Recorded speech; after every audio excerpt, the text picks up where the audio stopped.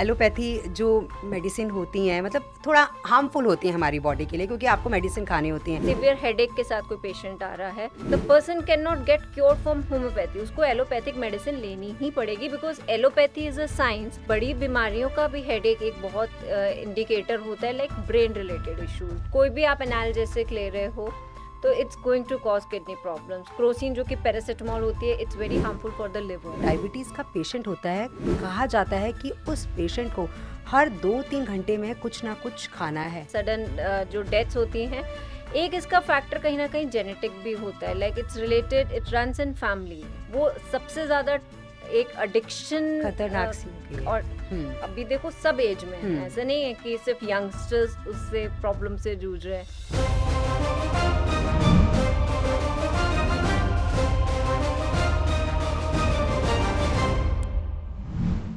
Withers के podcast में आपका स्वागत है और मैं हूं आपके साथ अनु वर्मा।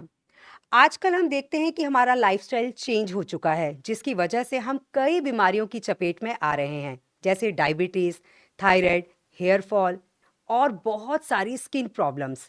ये किस वजह से हो रहा है, इससे हम कैसे बच सकते हैं, आज विदर्स में हम इसी पर बात करेंगे। और जिन गेस्ट को हमने अपने स्टूडियो में इनवाइट किया है वो हैं Sai eye care medical centre की एमबीबीएस और MD doctor Shivani Bansal ji. Ma'am, आपका बहुत बहुत स्वागत है। नमस्कार। नमस्कार Anu ji, thank you for having me here. ऐसी कौन सी बीमारियां हैं जो लाइफस्टाइल चेंज होने की वजह से होना आम बात है? जो लाइफस्टाइल में चेंज आया है उसकी वजह से जो कॉमन बीमारियां अभी हम देख रहे हैं वो है डायबिटीज़। जैसे आपने कहा, डायबिटीज़ बहुत कॉमन हो गई जी। है। हाई ब्लड प्रेशर का होना, साथ में obesity, combination of obesity and diabetes, ये एक नया टर्म अभी हम लोगों ने इंट्रोड्यूस किया है, diabesity. So that is a combination of both of these. Then back होना, a very common problem, thyroid related issues, then mental issues. जो मेंटल बीमारियां या मेंटल इश्यूज हम पहले इतने नहीं देखते थे, वो हमारे नए लाइफस्टाइल की ही देन है। मैं देखती हूँ कि ये अक्सर हर महिला को ये प्रॉब्लम होती है। वो कहती है कि मेरे बैक में बहुत ज़्यादा पेन रहता है और एज कोई ज़्यादा नहीं है, 30, 31, 32 है। ऐसे में हम अपने आप को कैसे मतलब क्या ट्रीटमेंट होना चाहिए कि ये प्रॉब्लम ना हो? आप बिल्कुल सही कह रहे हो, बैक की problem irrespective of age, irrespective of gender, सब में देखने को बहुत कॉमन एक इशू आ रहा है, बैक प्रॉब्लम्स, नेक प्रॉब्लम्स। तो इसका एक मेजर कॉज जो होता है वो है पोस्चर। आपका पोस्चर क्या है, आप किस पोस्चर में बैठते हो, चलने का, सोने का, एवरी टाइम आपकी बॉडी किस तरह से आपने उसका पोस्चर रखा हुआ है। तो जब भी बैठे तो उस तरह अपना पोस्चर का ध्यान रखें कि always try to sit straight, shoulders को झुका के नहीं रखें, खड़े हो तो स्टूप्ड खड़े ना हो। जब बैठ रहे हैं अपने वर्क प्लेस पे, जैसे अभी ज्यादातर लोग का कंप्यूटर वर्क है, जी। डेस्क जॉब है, hmm. So maintain that ergonomics. Ergonomics is कि मेरा जो आसपास का जो भी मेरा फर्नीचर है, मेरा डेस्कटॉप है, जो कंप्यूटर है, लैपटॉप है, उसकी हाइट कैसी है, मैंने अपने आर्म्स को प्रॉपरली रिलैक्स कर पा रही हूँ, मेरे नेक का पोस्चर क्या रहता है। बहुत से लोग मोबाइल देखे जा रहे हैं इस पोस्चर में, that creates lot of issues कि आपके पूरे बैक पे स्ट्रेन पड़ रहा है। एक तो posture, second obesity, high wait, ज़्यादा वेट है तो ऑब्वियसली आपको बैक एक की प्रॉब्लम ज़्यादा होंगी। जैसे जैसे एज बढ़ती है, बैक एक की प्रॉब्लम्स यूजली एज रिलेटेड होती हैं। जिनकी हाइट ज़्यादा है उनको यूजली बैक प्रॉब्लम्स होने के चांसेस थोड़े ज़्यादा हो जाते हैं। अदरवाइज कुछ मेडिकल इश्यूज भी इस तरह के होते हैं, लाइक आपको आर्थराइटिस की प्रॉब्लम है, डिस्क प्रोलैप्स की प्रॉब्लम है, आपको कोई चोट इस तरह से लगी है, इंजरी हुई है। फीमेल्स में प्रेगनेंसी के टाइम, आफ्टर डिलीवरी, आफ्टर और विद द पीरियड्स बैक एक होना जी। बहुत कॉमन है। If your diet is, if you are nutritionally deprived, आपका विटामिन डी लेवल कम है, आपकी बॉडी में कैल्शियम की डेफिशिएंसी है, आपको विटामिन की डेफिशिएंसी है, that can also add on to your back ache problem. So it has multiple causes to have the back ache problem. अभी आपने बात की पीरियड्स की। मैं देखती हूँ कि अक्सर जब पीरियड्स आने का टाइम होता है ना, तो काफ़ी लेडीज़ तो हैं, मूड चेंज हो जाता है। मतलब किसी में गुस्सा बहुत ज़्यादा हो जाता है, कुछ बहुत चुपचाप सी रहने लग जाती हैं। तो ऐसे में हम अपने उन जो हमारा 4-5 दिन का जो पीरियड होता है उसको हम मतलब कैसे बैलेंस करें, क्योंकि मूड स्विंग होना एक आम बात हो गई है इन दिनों में। मूड स्विंग्स जो पीरियड से रिलेटेड होते हैं वो हार्मोनल, क्योंकि आपका पीरियड हो रहा है तो that means we are undergoing a hormonal change. Hmm. कुछ हमारे हार्मोन्स उस समय डिप्राइव डाउन होने लगते हैं, तो जो लाइनिंग है जो यूट्रस की वो शेड ऑफ होती है, दैट रिजल्ट्स इनटू ब्लीडिंग। तो हम्म। वो सारा जो खेल है that is related to hormones. And hormones वो केमिकल्स हैं जो बहुत सारी चीजें बॉडी की गवर्न करते हैं, तो that could cause mood swings. But अगर हम उस चीज को अपने आप में नोटिस कर सके, बिकॉज हम खुद एक्सपीरियंस कर हाँ। सकते हैं, एंड किसी को भी नहीं पसंद है आई थिंक कि मूड मेरा डिस्टर्ब है, तो मुझे ही नहीं, सबसे पहले दूसरे को तो ऑब्वियसली नहीं पसंद आएगा, मुझे खुद ही नहीं पसंद आएगा। So we can overcome those things with time, with experience, कि ठीक है वो बॉडी में कुछ चेंजेस हो रहे हैं, but keeping that balance diet, आप अपनी डाइट को ध्यान में रखो, वाटर इनटेक उस समय आप अपना ठीक रखो, ज़्यादा ऑयली चीज़ें, ज़्यादा स्पाइसी चीज़ें वो नहीं खाओ, एक बैलेंस डाइट रखोगे और थोड़ा सा उस चीज़ पे स्पेशल फोकस रखोगे कि नहीं, I have to keep my mood elevated, I have to be happy, I have to have that good mood. तो ऐसा नहीं है कि we can overcome that problem, that is related to basically hormones changes which is happening. जैसे कुछ लोग कहते हैं कि एलोपैथी जो मेडिसिन होती हैं मतलब थोड़ा हार्मफुल होती हैं हमारी बॉडी के लिए, क्योंकि आपको मेडिसिन खानी होती हैं। कुछ लोगों का ये कहना होता है कि जो होम्योपैथी है वो बेटर है, क्योंकि होम्योपैथी में क्या होता है कि साइड इफ़ेक्ट नहीं होता है। तो ज़ाहिर सी बात है, आप एलोपैथी से ट्रीटमेंट करती हैं तो आप उसको बेटर कहेंगी। बट फिर जो जो आपके पास पेशेंट्स आते हैं उनको उनको कैसा रिजल्ट मिलता है? देखिए, सब ये एलोपैथी या homeopathy all are science and hmm. All are, ये ऐसा नहीं है कि अभी की साइंस है, they have been for long time tested science है।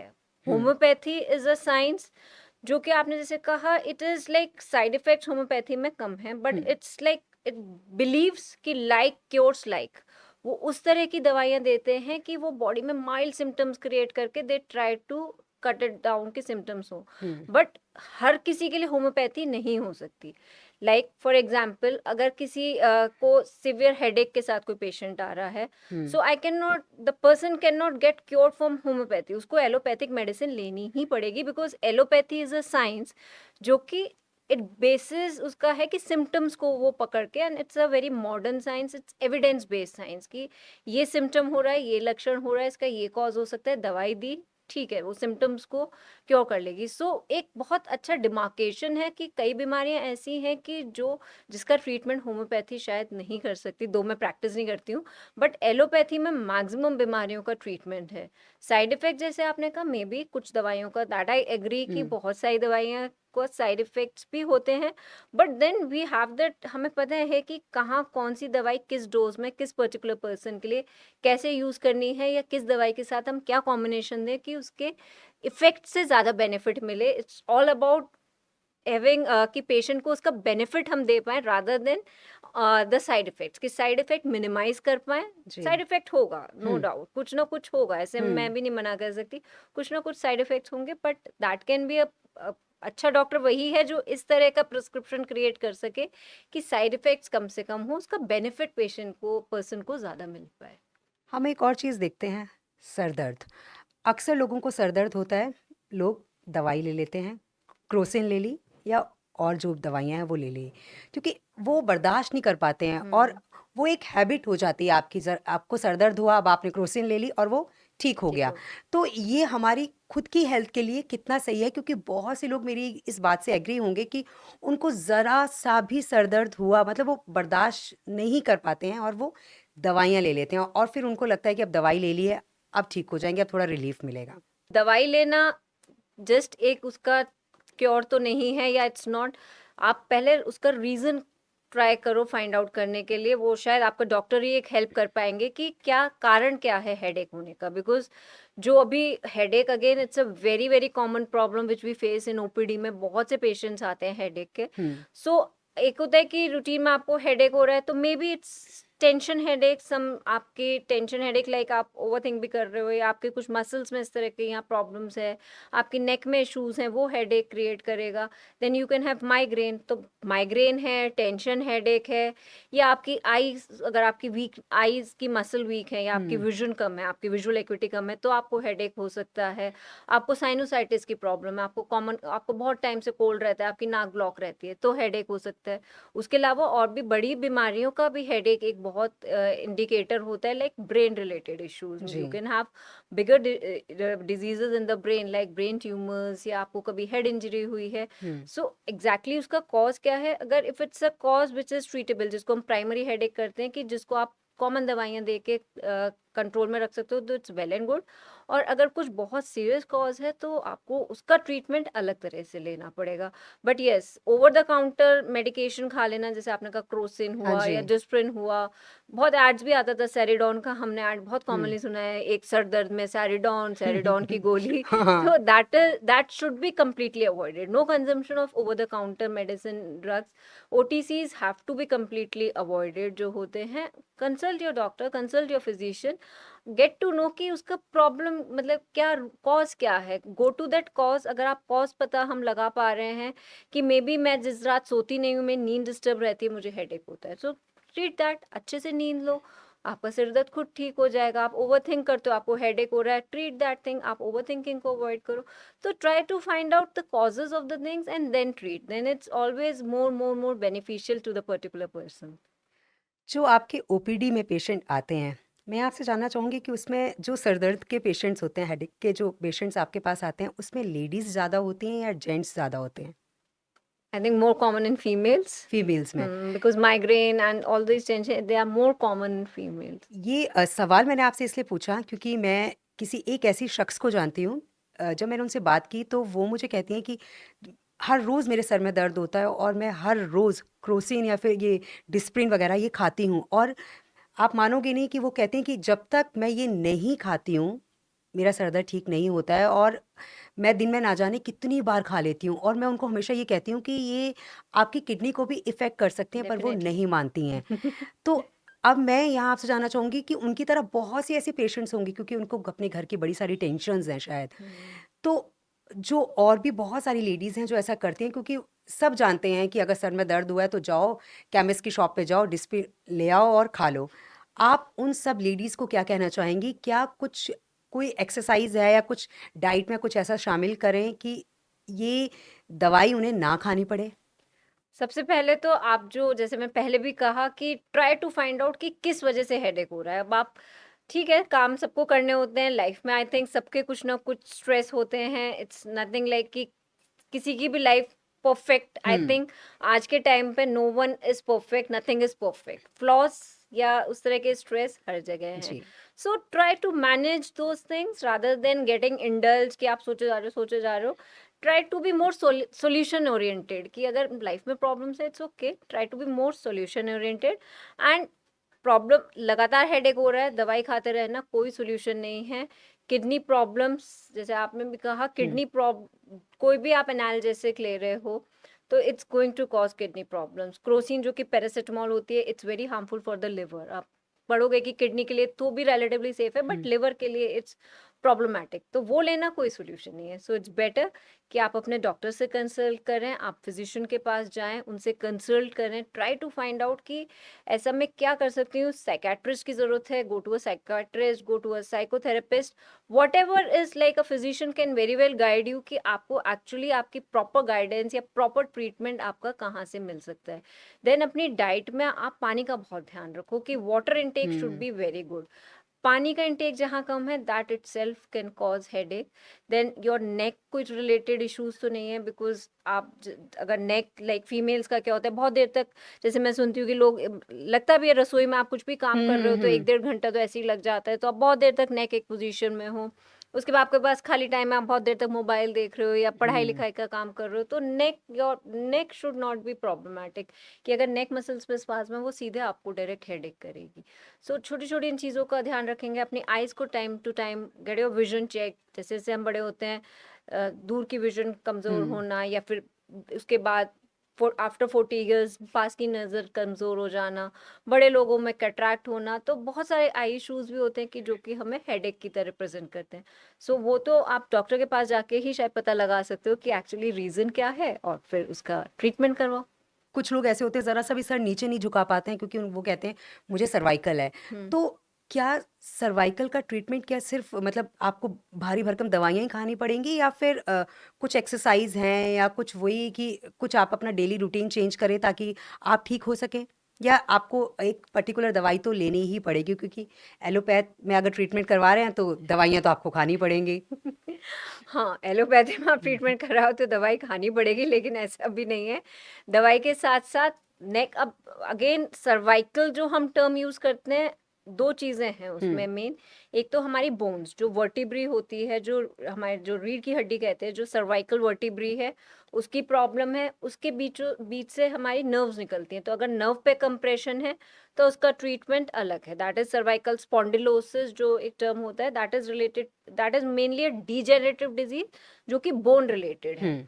दूसरा एस्पेक्ट है जो यंगर एज में, जो बच्चों में या यंगर एज में होता है, that is more related to the muscles, कि नेक ठीक। के आसपास बहुत सारी ये शोल्डर्स पे, नेक पे मसल्स हैं, यहाँ प्रॉब्लम है। तो यहाँ की अगर प्रॉब्लम है तो it can be very well corrected with regular exercises. आपको पर्टिकुलर एक्सरसाइजेस सिखा सकते हैं हम लोग, जो आप रेगुलर बेस पे करो, but you have to do it regularly. आप वो करो, आप अपने पोस्चर का ध्यान रखो, अपनी डाइट का ध्यान रखो, तो आप नेक इश्यूज से बहुत हद तक बच सकते हो। हमेशा दवाई खाना ज़रूरी नहीं है, सिर्फ आप पोस्चर और एक्सरसाइजेस, दो एक ऐसी चीज़ें। देन पिलो का मैनेज करना, कि बहुत हाइट का आप पिलो नहीं लगाओ, उसको अवॉइड करो।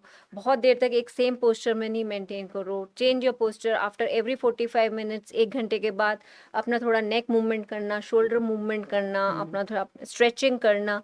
ये छोटी छोटी चीज़ें अगर हम डेली में करेंगे तो नेक इश्यूज से बहुत ज़्यादा बच सकते हैं।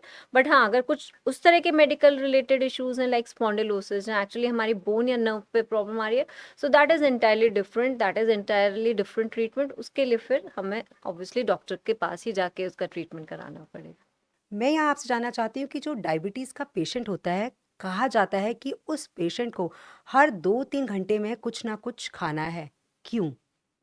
डायबिटीज के पेशेंट में जो मेन प्रॉब्लम है, that is maintaining the sugar level. Hmm. ठीक है, शुगर्स बहुत हाई हो जाती है, बिकॉज बॉडी का जो इंसुलिन का काम करने का तरीका है, दैट बिकम्स डिफरेंट। हम्म। या तो बॉडी में इंसुलिन कम बन रहा है, या फिर अगर बन भी रहा है तो इंसुलिन रेजिस्टेंस हो रही है। हम्म। सो बाहर से अब वो होम, इंसुलिन का काम था कि बॉडी में एक ग्लूकोज लेवल को मेंटेन करके रखना, वो मेंटेन नहीं हो पा रहा, तो you have to take the, आप फूड बाहर से ले रहे हो, but that too in a regulated amount आपको लेना पड़ेगा। हम्म। बट अगर आप अच्छा एक मील ले रहे हो, like you have a good amount of meal, उसमें अच्छी कैलोरीज आप ले रहे हो, तो मे बी आपका 4-5 घंटे तक भी काम चल सकता है, ऐसा ज़रूरी नहीं है।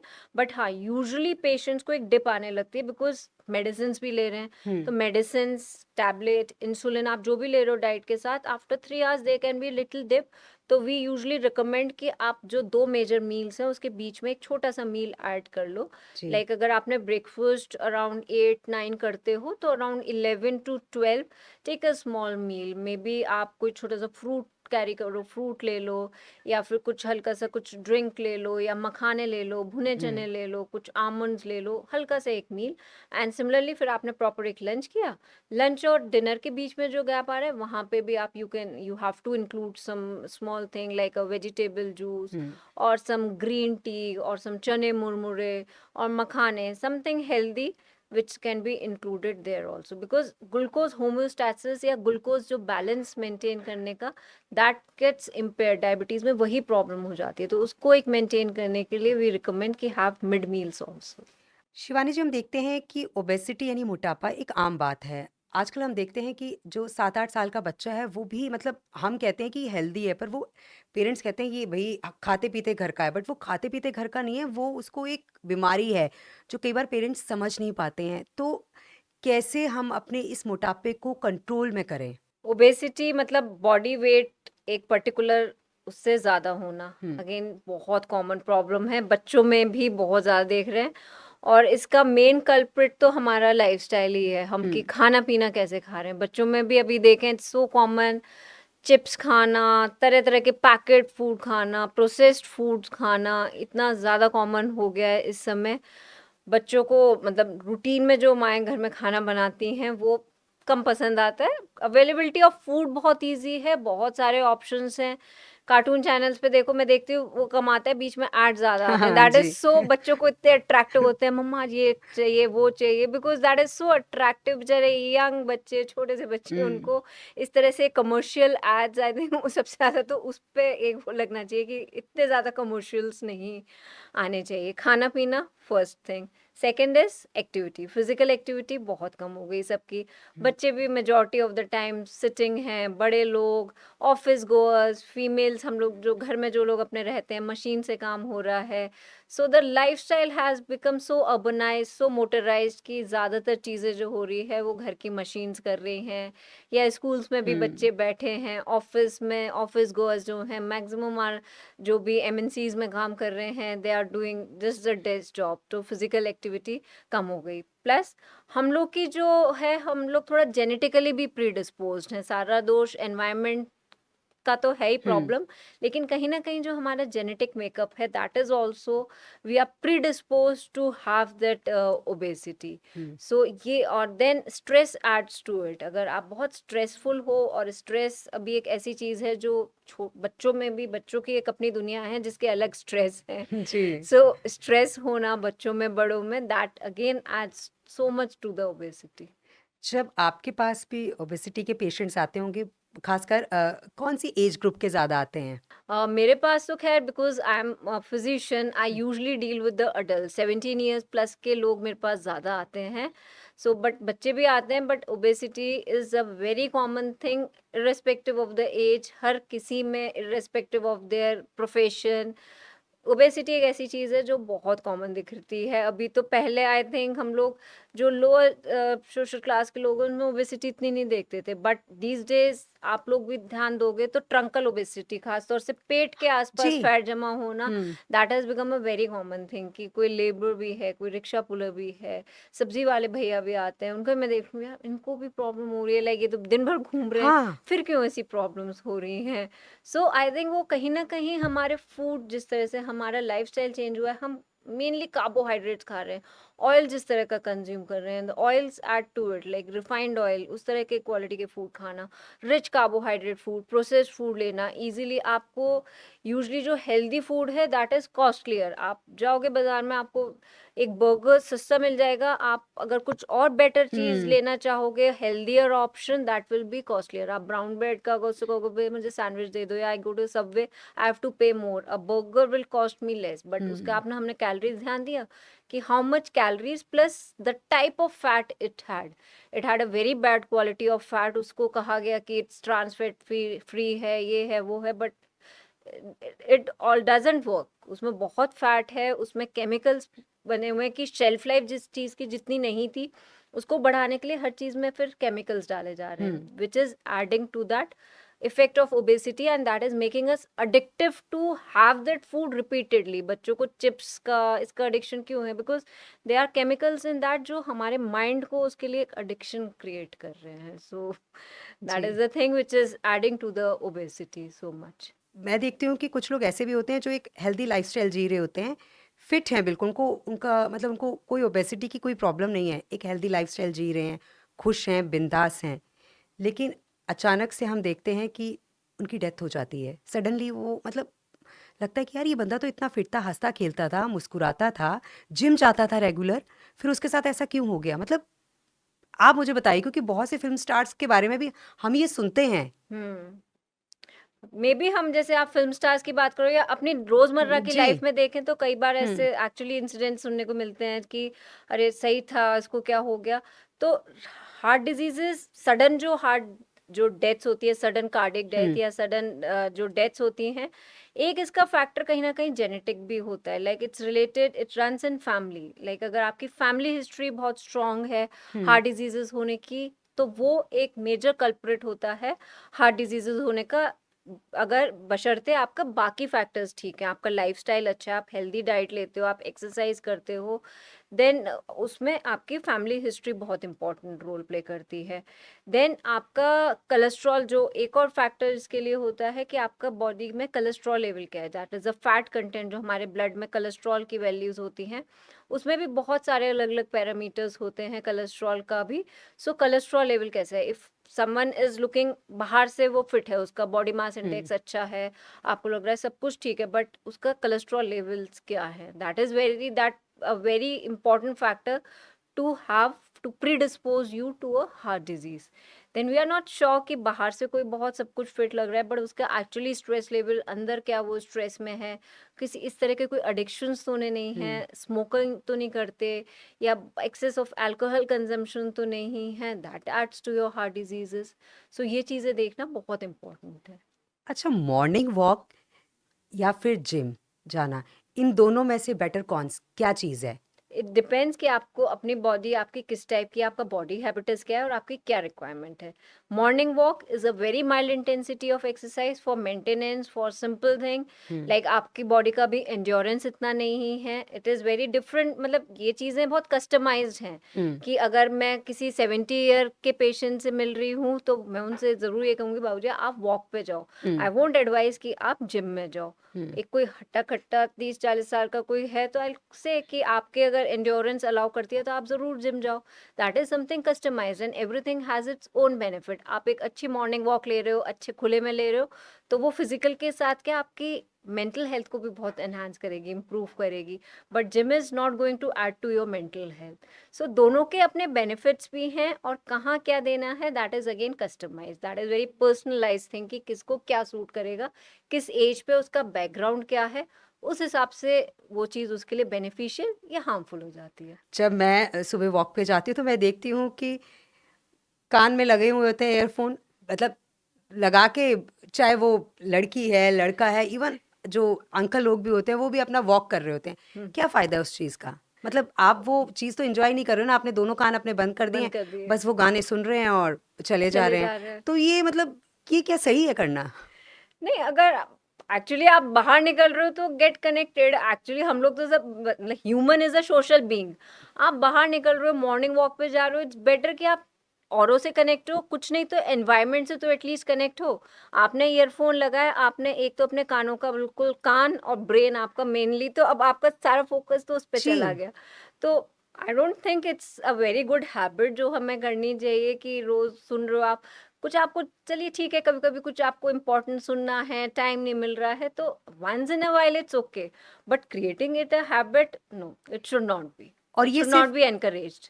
और ये सिर्फ पार्क में ही नहीं है, आप मेट्रो में चले जाइए, आप बाहर चले जाइए, मतलब हर मैं सोचती हूँ कभी कभी, मैं अपने हस्बैंड को बोलती हूँ कि ये क्या है यार, इनके कानों में दर्द नहीं होता, इनको कोई प्रॉब्लम नहीं होती है, मतलब आई थिंक ये एक आम बात हो गई है आम बात हो आजकल. गई, आप बच्चों को देख लीजिए, जो कॉलेज गोइंग बच्चे हैं, वो स्कूल कॉलेज जा रहे हैं, कान में लगाए हुए कान हैं, में किसी की लगाया नहीं सुन रहे कि अरे किसी से क्या लेना देना है, अपने गाने सुनो, मस्त रहो. मतलब बड़ा अजीब सा लगता है ये.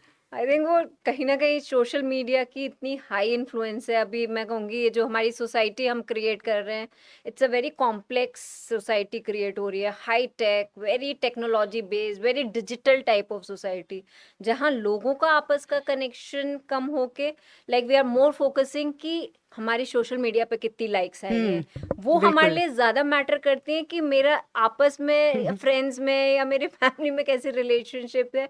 उससे ज़्यादा आई एम मोर फोकसिंग कि मेरी सोशल मीडिया पे अरे यार मैंने पोस्ट डाली थी कितनी लाइक्स आई हैं. So the focus of people is changing. I think वो वार्मथ जो एक रिलेशनशिप्स में थी, that warmth is somehow going down.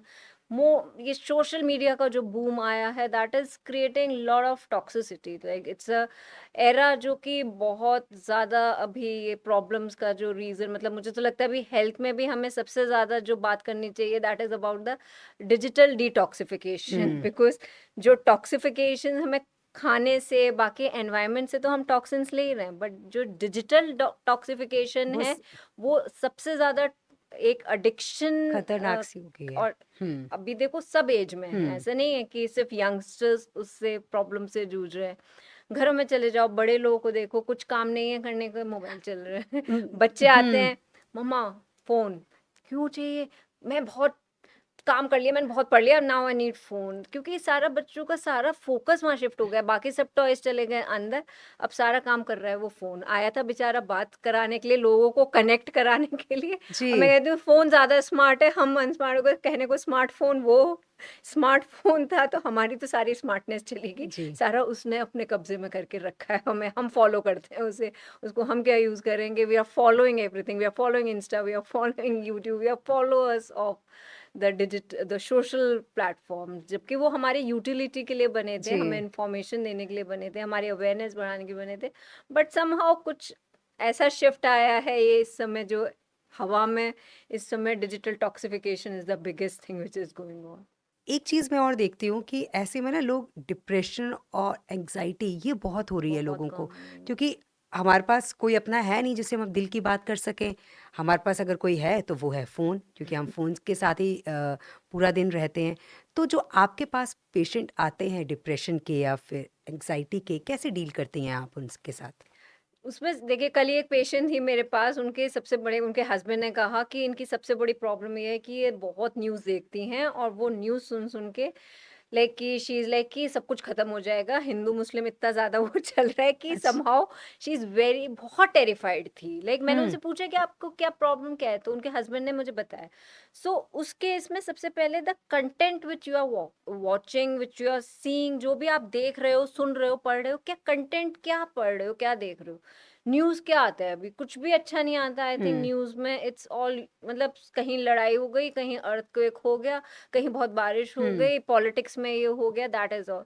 सो अपने कंटेंट का प्लीज़ ध्यान रखें कि हम क्या पढ़ रहे हैं, क्या देख रहे हैं, क्या सुन रहे हैं, उससे अपना ज़रूर फ़ोकस रखो कि सबसे पहले सुबह उठते ही डोंट स्विच कि news, news, news, news, hmm, because I think पिछले अगर कुछ सालों की बात करें, लास्ट 20-25 ईयर्स में the entire content of news has changed. जो जो उसको एक हमें देनी चाहिए थी एक इन्फॉर्मेशन, असली इन्फॉर्मेशन तो कहीं न कहीं छुपी रह गई। इट्स ऑल सब कुछ उसमें मिर्च मसाला लगा के इन्फॉर्मेशंस बाँटी जा रही हैं। सो आप जो भी इन्फॉर्मेशन ले रहे हो, प्लीज़ उसका ध्यान रखो कि whatever content you are consuming in any form, so वो आपकी थॉट्स बनेगा, और वही आपको बाकी मेंटल प्रॉब्लम्स या आपकी मेंटल हेल्थ कैसी है, वो आपकी जो आप कंटेंट कंज्यूम कर रहे हो, आप किस तरह के लोगों से मिल रहे हो, हुँ। क्या बातें कर रहे हो, उसका प्लीज़ फ़ोकस अपना ध्यान रखो कि मैं क्या कर रहा हूँ, क्या बातें कर रहा हूँ, क्या पढ़ रहा हूँ, किससे मिल रहा हूँ, प्लीज़ उसका ज़रूर अपना ध्यान रखिए। पर डॉक्टर शिवानी, हम देखते हैं ना कि अच्छा कंटेंट बहुत कम लोग देखते हैं। कुछ बेकार का आ रहा होगा ना वो सब देखेंगे, मतलब वो उसको पूरा देखेंगे। अब जो हमारा ये विद अस है, हमारी ये कोशिश रहती है कि हम जो हमारी ऑडियंस है हम उन्हें एक अच्छा कंटेंट दें, उनको एक इन्फॉर्मेशन दें जो उनके हेल्थ के लिए या उनकी लाइफ के लिए काफ़ी अच्छी हो। बट हम कई बार देखते हैं कि कुछ गलत आ रहा होता है, उसको हम पूरा देखेंगे, पर कुछ अच्छा आ रहा होता है ना तो हम लोग एकदम से चेंज कर देते हैं कि अरे नहीं यार ये नहीं देखना, जबकि हम जानते हैं कि वो हमारे लिए बहुत ज़रूरी बहुत है। ज़रूरी है, and some point we will realise it, and we do realise it, like Covid के टाइम में हम लोगों ने बहुत, सभी लोगों ने, मेजॉरिटी लोगों ने रियलाइज़ किया कि हमारी मेंटल हेल्थ का अच्छा होना या हमें इमोशनली स्ट्रांग होना कितना ज़रूरी है। तब लोगों में बहुत शिफ्ट आया, बट जैसे-जैसे सब कुछ बाहर नॉर्मलाइज़ होता चला गया, लोगों में फिर से तब हमारी डाइट का भी हमने हुँ, अपना ध्यान पूरा रखना शुरू रखा। किया। कितना सबने अपनी डाइट का ध्यान रखा, घर का खाना खाया। पोल्यूशन का हमने देखा एक्यूआई कितना कम आ हुँ, गया, क्योंकि चिड़िया जो पहले नहीं दिखती थी, environment, everything became so beautiful during that time. So समय हमें सिखाता है, लेकिन समझदारी इसमें कि हम समय से पहले खुद समझ जाएं कि मेरे लिए क्या सही है, क्या गलत है, कौन सी चीज़ मुझे देखनी पड़नी चाहिए, या किस तरह का मैं लाइफस्टाइल रखूं कि my life goes in a good direction, कि मैं आगे जाके दवाइयों पे या डॉक्टर्स पे डिपेंडेंट ना बनूं। I can live that healthy fruitful life which is good for me and my loved ones who are surrounding me. जी, तो ये जो डिप्रेशन और एंग्ज़ायटी है, तो क्या मतलब जो ये इसके जो पेशेंट्स होते हैं, क्योंकि कुछ लोगों को छोटी-सी बात से डिप्रेशन हो जाता है, वो कुछ भी हो, किसी ने कुछ ज़रा-सा कुछ कह दिया तो उससे उनको डिप्रेशन हो गया, एंग्ज़ायटी हो गई। तो इसकी क्या दवाइयाँ मतलब बहुत लंबे टाइम तक खानी होती हैं? या फिर कुछ अगर आप अपने लाइफ़स्टाइल में चेंज करते हैं, जैसा कि आपने भी कहा कि आपको चेंज करना बहुत ज़्यादा ज़रूरी है, तो क्या दवाइयों के साथ-साथ अगर लाइफ़स्टाइल में कुछ चेंजेस किए जाएँ, तो ये बहुत जल्द ठीक हो सकती है? हाँ, डिपेंड्स कि अगर एक्चुअली डिप्रेशन भी एक टर्म है जो कि हम पेशेंट को डिप्रेशन लेवल करने से पहले दे आर पर्टिकुलर पैरामीटर्स जो चेक करने होते हैं, क्योंकि कॉमनली बहुत से लोग कहते हैं कि अगर किसी का मूड एक भी दिन कम हो रहा है, अच्छा नहीं है, ये तो डिप्रेस्ड है। बट एक्चुअली अगर मेडिकल टर्मिनोलॉजी देखें तो हम लोग के पास सेट क्राइटेरिया है कि हम कब किसको डिप्रेशन लेवल करेंगे, ठीक है। सो दैट डिपेंड्स कि अब वो डिप्रेशन भी किस ग्रेड का है। यूजली हर डिप्रेशन में हमें दवाइयाँ नहीं देनी होती हैं। बहुत सारे डिप्रेसिव इलनेसेस या डिप्रेसिव पेशेंट्स ऐसे हैं जिनको सिंपल हम बिहेवियरल थेरेपी देते हैं, कॉग्निटिव थेरेपीज देते हैं, जिससे वो ठीक हो जाते हैं। कॉग्निटिव थेरेपीज लाइक कि उनको सोचने का एक नज़रिया या सोचने का उनको तरीका बताया जाता है, उनको अपना बिहेवियरल थेरेपीज दी जाती हैं, जिससे वो ठीक हो जाते हैं। हाँ, कुछ अगर ज़्यादा मॉडरेट या सिवियर ग्रेड की डिप्रेशन है तो वहाँ दवाइयों का, मेडिसिन का सहारा लेना पड़ता है, और यूजुअली वो थोड़ा लॉन्ग टर्म ही होती हैं जो एंटी डिप्रेसेंट्स होते हैं। यूजुअली अगर सिवियर डिप्रेसिव इलनेस है तो उस केस में तो थोड़ा लॉन्ग टाइम के लिए ही चलती हैं, लंबे समय के लिए चलती हैं दवाइयाँ। हेयर फॉल होना क्या ये एक आम बात है? मतलब ये क्यों होता है? क्योंकि हम एक हेल्दी लाइफस्टाइल जी रहे हैं, अच्छा खा रहे हैं, लेकिन फिर भी बाल ज़्यादा झड़ रहे हैं, क्यों? हेयर फॉल होना मतलब कुछ पर्टिकुलर नंबर ऑफ हेयर गिरना हम्म। वो नॉर्मल फिनोमेना है, हम्म। क्योंकि हेयर भी एक साइकिल है ना, it's like a cycle which is going on. Hair नया मतलब बढ़ रहा है, बढ़ रहा है, बढ़ रहा है, तो कुछ हेयर गिरेंगे भी, नए आएंगे भी। That is a process which goes on and on and on. Hmm. तो थोड़े बहुत हेयर गिरना इट्स नॉर्मल। तो आप जब भी बाल काटोगे तो हेयर गिरना नॉर्मल, अपने हम्म। आप से खुद बैठे बैठे बाल गिर रहे हैं, आपने हल्का सा कुछ किया बाल निकल के आ रहे हैं, बहुत ज्यादा बाल गिर रहे हैं, तो that is definitely abnormal. Reason pollution, pollution add करता है। सीजनल चेंजेस, जैसे जैसे सीजन, जैसे अभी बारिशों का जब सीजन होगा, बहुत ह्यूमिड क्लाइमेट होगा, तो season adds to it. Then stress, stress is a very big factor. Then having some deficiencies in diet, मुझे लग रहा है मैं ठीक खा रही हूँ but no, I am maybe I am deficient in iron, maybe I am deficient in some of the vitamin which my body is actually requiring. Proteins की मेरी डाइट में कमी हम्म। है, that could be there. Then some hormonal changes, जैसे females में खासतौर से बात करें तो thyroid disorders, thyroid related disorders adds to your hair fall, तो आप थायराइड चेक करके अपना देख सकते हो। देन जब जो प्रेग्नेंट फीमेल्स हैं या हम्म। आफ्टर चाइल्ड बर्थ हेयर हाँ। फॉल होना is very hmm. Common. Another common thing which is adding to this problem is usage of so many of the chemicals, या फिर बालों को बार बार गर्म करना, हीटिंग करना बालों की, dyes, various bleaching agents which are hmm. Being applied, hair treatments उस तरह के कराना, that adds to your hair problems. आप बहुत ज़्यादा हार्श केमिकल्स हेयर पे अप्लाई करते हो, your shampoos very harsh chemicals, आप हार्श चीज़ें यूज़ करते हो, तो that will add to your hair fall problem. जो बच्चे हैं 14 या 15 साल के हैं, या जो गर्ल्स हैं खासकर, उनके फेस पर इतने सारे पिंपल्स हो जाते हैं, इतना ट्रीटमेंट करवाते हैं, वो इतना ट्रीटमेंट करवाते हैं, बट फिर भी कोई रिजल्ट नहीं मिलता है। कुछ हमारे बड़े ये कहते हैं कि अरे 18 के बाद सब ठीक हो जाएगा, ये होता ही है इस एज में। क्या ये ठीक है कि जो ये कहते हैं इस एज में ये होना एक आम बात है? प्यूबर्टी जब मतलब जैसे यंग गर्ल्स की या टीनेजर्स की बात करें तो टीनेजर्स में बिकॉज एक वो प्यूबर्टी का टाइम होता है, योर हम्म। बॉडी में हार्मोनल चेंजेस होते हैं both males and females. Hmm. तो प्यूबर्टी के टाइम में एक्ने होना होता है, hmm. It happens because of the hormonal changes through which the body is undergoing, hmm. ठीक है। हाँ, जैसे बड़े लोग कहते हैं विद एज, जैसे जैसे आप एज करेंगे, हम एजिंग होती है तो वो हार्मोन सेटल हो जाते हैं, जो एक चेंज ओवर जा रहा था वो सेटल होने के बाद मेल्स मतलब बोथ मेल्स एंड फीमेल्स में काफ़ी हद तक ये एक्ने वाली प्रॉब्लम जो है वो रिजॉल्व हो जाती है। But apart from the hormonal problems, diet, diet adds to it. आप बहुत ज़्यादा ऑयली फूड खाते हो, बहुत जंक फूड खाते हो, that will increase the problem. आपको ओवरऑल स्वेटिंग की प्रॉब्लम ज़्यादा है, कुछ लोग बहुत ज़्यादा स्वेट करते हैं, तो हम्म। उस केस में जब आपके स्वेट ग्लैंड्स ब्लॉक होने लगेंगे और उस पर बैक्टीरिया अटैक करते हैं, सो एक्ने की प्रॉब्लम उस केस में ज़्यादा हो सकती है। या फिर आपको again stress adds to it, अगर स्ट्रेसफुल लाइफ ज़्यादा है तो उस केस में भी एक्ने ज़्यादा हो सकते हैं। डॉक्टर शिवानी, ये बताइए कि हम अपने चेहरे पर ऐसा क्या लगाएं कि एक निखार सा आ जाए? क्योंकि मतलब हर कोई चाहता है वो सुंदर दिखे। हम जानते हैं कि सुंदरता जो है वो खुश रहने से होती है, लेकिन फिर भी कुछ ऐसा क्या करें कि हमारे चेहरे पर एक सुंदर सा निखार आ जाए? देखिए, निखार जो आएगा वो आपकी इंटरनल, जो आपकी बॉडी अगर हेल्दी है तो it will reflect. Skin is just a mirror of your inner health. Hmm. जो स्किन है वो ग्लो तभी कर सकती है जब आपकी health, overall health is okay. So hmm. Having a good diet, hmm. Lots of water, water consumption पे स्पेशल ध्यान रखिए। अपना hydration, it should be very good according to the season. Like गर्मियों के सीजन में 3 लीटर 3.5 लीटर तक पानी पीना ज़रूरी है। जहाँ मौसम चेंज हो जाता है, सर्दियाँ हैं, तो you can decrease your water intake accord. तो स्किन को प्रॉपर हाइड्रेटेड रखना। जितना स्किन हाइड्रेटेड रहेगी उतना आपकी स्किन में ग्लो एक रहेगा। जी। Then having that balance diet, more of fruits, lots of vegetables. You can add some juices like vegetable juices to your diet. बीच बीच में आप डिटॉक्स जरूर करो, अपने बॉडी को डिटॉक्स करो, हम्म। तो स्किन में वो ग्लो आएगा। ठीक है। देन अगर बाहर से बात करें तो it's like one thing which I personally use and I recommend is rose water. Rose water is a very useful thing. बहुत सिंपल चीज़ है, but applying that rose water routinely and following a proper routine, like you clean your skin properly, hmm. then you tone it, you moisturize it.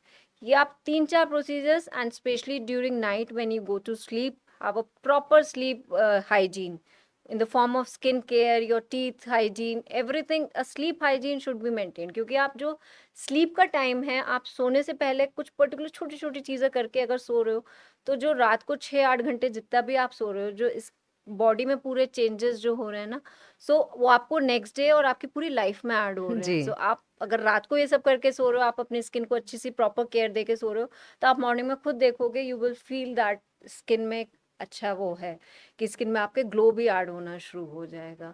And then I think बाकी तो cosmetic या वैसे बात करें तो products तो बहुत सारे हैं, that is different, but moisturise skin को प्रॉपरली मॉइस्चराइज रखना according to your skin type. अगर आपकी ऑयली स्किन है तो डिफरेंट, ड्राई स्किन है तो different moisturisers for that. Doctor Shivani, हम देखते हैं कि जिन लोगों का लो होता है ब्लड प्रेशर, वो लोग कॉफ़ी या फिर ये डार्क चॉकलेट ये बहुत खाते हैं। क्या ये खाना ठीक है? देखिए, कॉफ़ी में जैसे आप कॉफ़ी पी रहे हो तो कॉफ़ी में मीन्स कैफ़ीन है, तो हम्म। कैफ़ीन आपने जैसे लिया तो बॉडी को एक बूस्ट मिला, थोड़ा energetic, you start feeling better, you feeling motivated, और थोड़ा सा इनिशियली ब्लड प्रेशर ऐसा नहीं है, थोड़ा सा बूस्ट भी होता है, बट फाइनली वो क्या होगा, दैट इज एडिंग, वो आपका यूरिनेशन की टेंडेंसी को बढ़ा देगा। आप खुद नोटिस करोगे जब भी आप कॉफ़ी चाय ज़्यादा पियोगे, दैट इज़ अ डाययूरेटिक, मतलब वो बॉडी में से यूरिन ज़्यादा मतलब हम्म। बनेगा।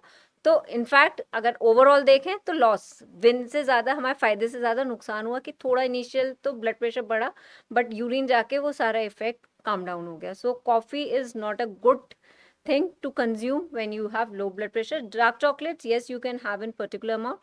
Dark chocolate वैसे भी health के लिए, if it's without sugar या very less amount of sugar, in particular amount, it's good for blood pressure and good for overall health also.